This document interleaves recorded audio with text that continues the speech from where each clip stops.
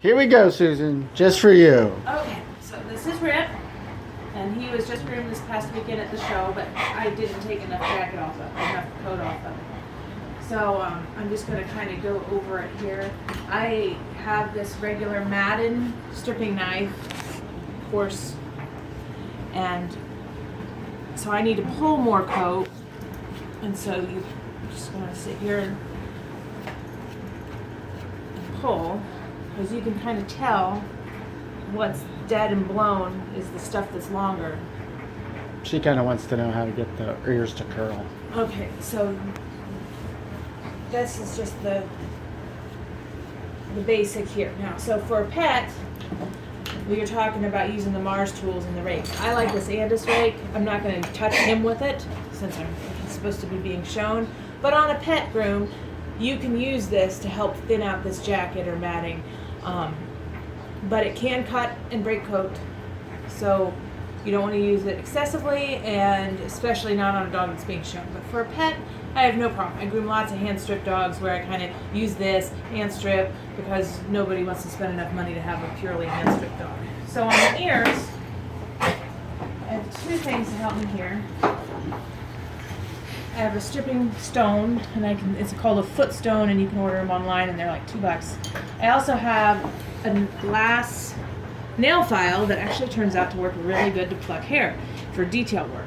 And what you want to do on these guys, if you look at this ear, you go this much of it, you pull all this out on the edge, and if you flip it over, you can see same thing on the outer edge here.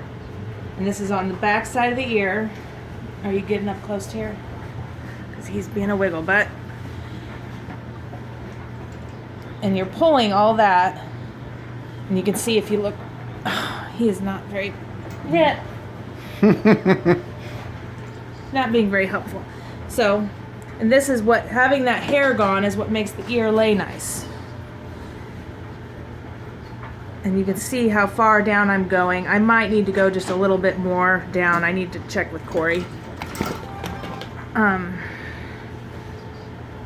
But this you wouldn't use a knife on because you're pulling pretty much all of the fuzzy coat. And this is why I like this nail file, which I have. I could send you one. They're like $15. Or the stone. And you just pull all of that fuzz out and all off the back side of this ear here in the direction of the hair growth. And that's what makes the ear lay nice. And then the rest you let keep growing because you want this to go out past their nose. And he's 14 months old, and his is just getting there, but it should wrap around the end of their nose. And then so I just pulled the top layer out of this weekend. There's a little more of this here I could get out. So once you pull this, and on Polly, whomever you're having working on her, they may want to pull everything, like really pull this out, and she may barely have any hair left because if there's not a layer, then the first time they pull it, she may look pretty bald. But then as it comes back in and they keep working it, you'll end up with two, where every month or so there'll be a layer of dead blown coat that you pull out, and then once that's all gone, you'll see this nice layer underneath that's still there. And I can get another video for you when this is time to turn it again. And then what you do, you want this to be fairly long, but you blend this with thinning shears right here. You can also, if you were showing, you might use a stripping knife and break the coat instead of using thinning shears, because part of the breed standard is to have the dog actually not look very groomed. And so when you use thinning shears, that can make them look too tidy. But at the same time, it does make it a simpler process for the dog. So he's still growing here, and again, it would be like breaking the coat or plucking some of it to get it to stay up nice. On the face, there should be a fan, and this is in the breed standard. You should see the eyes, but they're going to have a fan of hair to protect the eyes, because from dirt and debris and such. So since I just did his really don't need a whole lot, but that gives you an idea of where you're going, and you kind of shape the eyebrow. I probably left a little too much last show. And you want to pull some of this every time to help encourage nice growth so it's dense and it doesn't do floppy.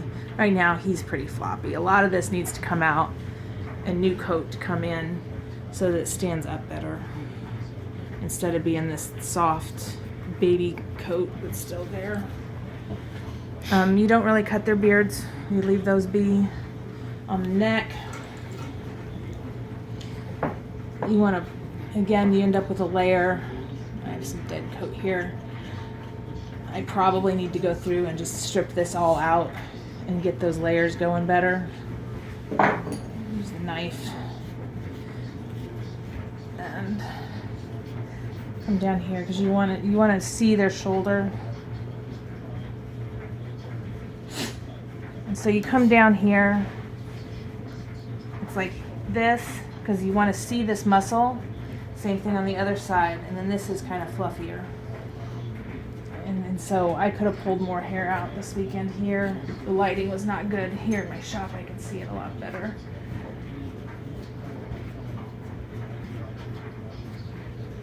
But you pull that, and I didn't take, you can see this is too much. That needs to come down because it's just really hiding the fact that he's got some muscle underneath there.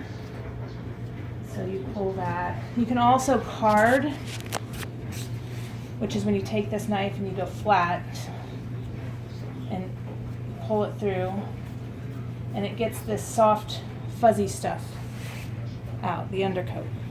And I need to really start doing that every couple of days because he's full of soft fuzz that just needs to be worked out. Okay, this video is at 7 minutes. Just so you know. Well, she wanted to. I know. And then I'm good with back it. here on the butt end, you want to show their ambulation. This is for the groomer too. She's taking it to a groomer. Oh. So you pull this, trim their butt, but right here, you want this to be pretty tight. So you pull that, because that shows off this nice line right here, so they look like they have a cute butt. And so you take about a palm, like that, and you pull, that way it doesn't have this long stuff that's on the legs. And for the sake of time, right now, like I'm gonna pull on him some of this dead stuff. Again, it's dead puppy hair. But ideally, once I do that, you want a nice column on all the legs. So they're not short. They're not as short as the body. You can use. Corey told me it's fine to use thinning shears. You can also shape it by breaking coat. But I need to pull this dead stuff out and get some nicer coat growing in. And then the pads, I do the pads with a 40 on the underside. And then what I do is I like to comb and pull the foot hair down and then go pretty snug with the thinning shear right around the edge. So it keeps it looking more natural than if I scissored it on the outside, if I just do it like that. And then the underline, their privates are not clipped like the hair. Some breeds you do, like poodles, but not these guys. So you just scissor, you want a nice underline here, and you can use thinning shears to blend that in there.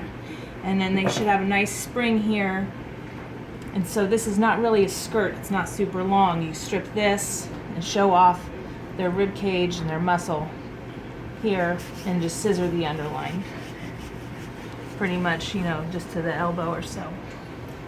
So that gives you a good starting point. Let me know if you have questions, and I'll help if I can.